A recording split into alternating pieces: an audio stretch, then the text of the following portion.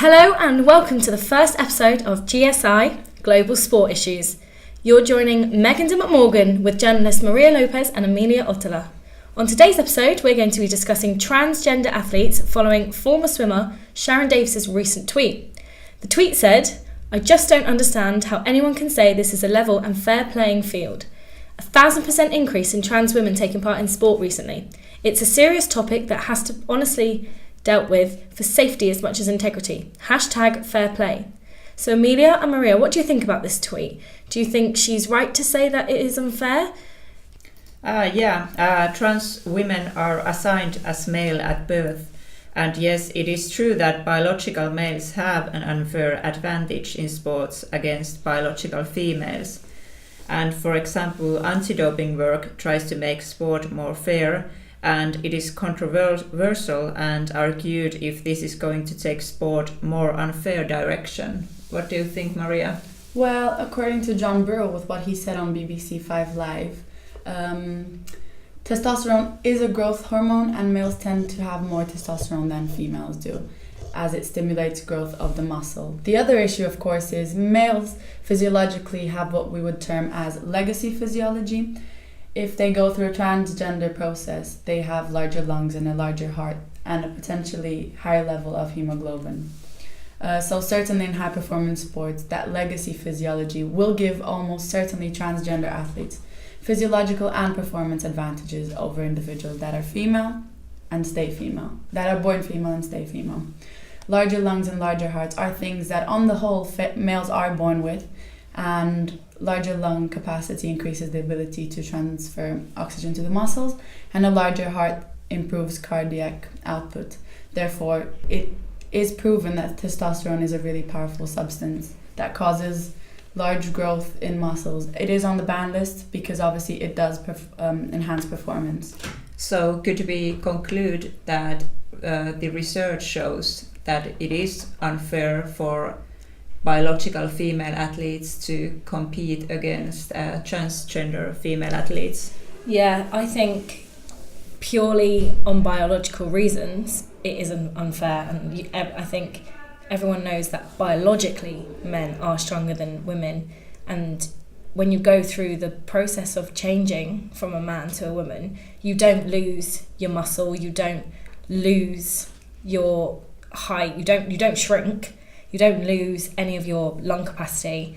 You are just changing your gender and your genitals. Like that's what it is. Mm-hmm. So, I mean, there's still a lack of research, and I believe that Dame Kelly Holmes, Paula Radcliffe, and Sharon Davis want to write to the IOC, so the International Olympic Committee, to ask for more research into transgender athletes.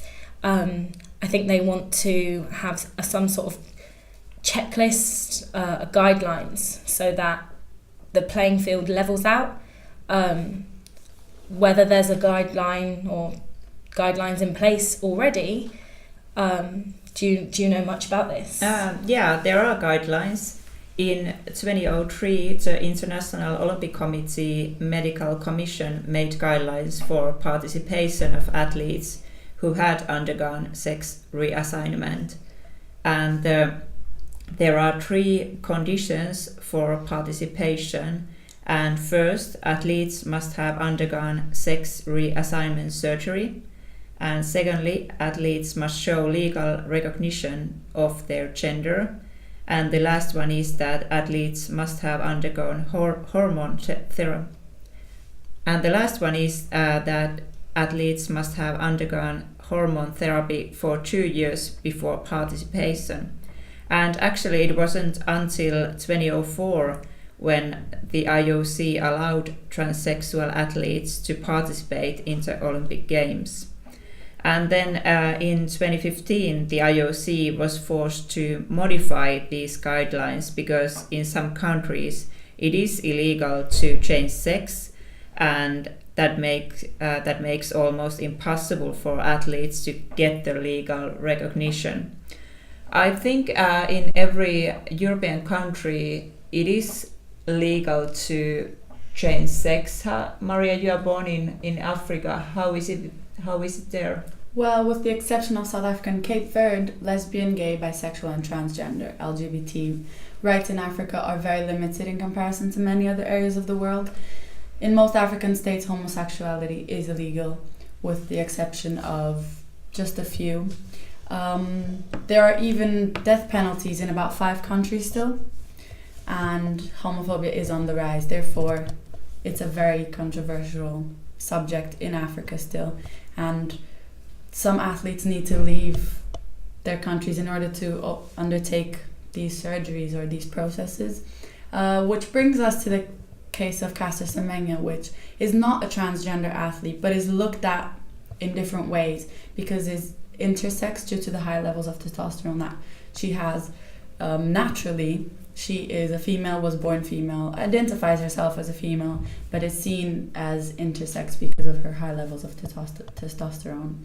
So it's a very sticky situation, and she's not being able to compete because she doesn't fit into either female or male. What are your thoughts on that? I think personally, going back to the guidelines and the checklist, that there should be some sort of standard, like where she can fit in. Especially, like, she is a female. She was born a female. It's not like she's just changed from a man to a female and has been that for a few years. She is a female. She is biologically a female. So that, who do you think decides who should be a female or a male? Should it be the committees? Do you think it should be the countries, doctors, like the medical professionals should decide you're a female, you can participate in female sports? Like, what are your opinions? Yeah, well, at least I think that the rules have to be the same for every single sport. It cannot be so that in athletics the rules are different than in other sports. So I think it's the IOC who has to have the rules, and all the sports have to follow those rules. I think it's not her fault that she has higher levels of testosterone compared to other competitors. I think that there's always going to be athletes with more advantages because they're taller, because obviously there's the stereotype that black athletes run faster. So there'll always be something, and I think that people are getting too sensitive on the topic and should just let people compete. It's sport, okay? Like, I feel like there should be somewhere where every athlete is able to compete. Any competition, whether it's male, female, mixed, there has to be various fields for athletes to fit in. So it's something that research should definitely be focused on, especially because sport is on the rise. There's more and more athletes every day coming into this, wanting to compete for their country, and it's something important because we don't want athletes losing out on their sporting careers. Yeah. Because of something that isn't stated on the guidelines. Yeah. Caster Semenya case has made this very topical, but actually it's not a new thing in the world of sport. And the most well-known and early high-profile transgender athlete was tennis player Renee Richards. And she was promising tennis player in the men's side, but then she underwent gender reassignment therapy in 1975 and started playing in women's tournaments a year later. And actually after that, the next one was Mian Bagger, a Danish golfer, and she became the first openly transitioned woman to play in a professional golf tournament by playing in the Women's Australian Open in 2004. And she was also the first trans woman to qualify for the Ladies European Tour.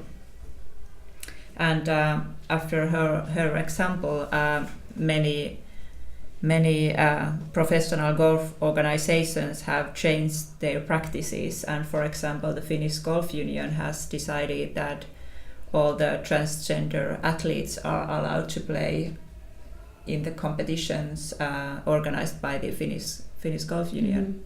Mm-hmm. Bringing it back to Caster Semenya, so in order to compete as a female you have to have a certain level of testosterone, and if you overdo it you cannot participate. That is why Caster Semenya can't run for in female competitions. So what do you think guidelines should be to be able to participate for men's? Because there's only a maximum limit, there's no minimum. Do you think that she would be in disadvantage with men? Definitely. Her, obviously, as you said, there's no minimum. So she potentially could run with the men, but then those men have been training, and their testosterone might be just really high. So obviously she will have that disadvantage, and it's frustrating, obviously, for Caster Semenya, because she's too high for the women, she's not too low for the men, but you could say she was because she doesn't have enough testosterone, because she is a biologically female. And as we were discussing before, and John Brewer said that men have biologically, again, higher testosterone levels. So even if she were to compete, she doesn't have the male standard. Yeah. So it would be unfair. Yeah, and this leads us also to a question, because in sport there is a huge amount of money nowadays. So would it be possible for someone to change sex just to get the advantage and then What are your thoughts of what makes someone a female or a male? Because in my opinion, it is your genital organ. Like, you're either female because of this, or you're either male because of this. So what are your thoughts on that? Definitely, I agree with that. If you're a male, if you have male genitals, you're a female if you have female genitals. That, I think that's just how it is, because even on medical forms, because of the way... That's what determines you. Yeah. But that makes this whole topic so controversial, because like Caster Semenya, she is legally recognized as a woman, but then now, because of the decision that the International Athletics Federation has made, she cannot compete as a woman. I think she should. It's sport. There's always going to be someone with an advantage in something. She's talented. Imagine swimmers that have talents, and Michael Phelps, he's this, he's that, he's amazing. He's a male, he's got the testosterone levels, he's big, he's freakishly big, and people say, he's like 1 in a million, but he's allowed to compete. Why isn't Caster Semenya? Because she's a woman and she looks like a man. Come on, let's just let her compete. It's sport. Let her do what she loves. She trains for it. It's not like she doesn't train and just uses this advantage over it. She trains, works hard for it, wants to represent her flag, and she's not allowed to. Yeah, I agree. Well, that was very interesting, and that will conclude this podcast this week. Join us next time, and we may discuss another global sport issue.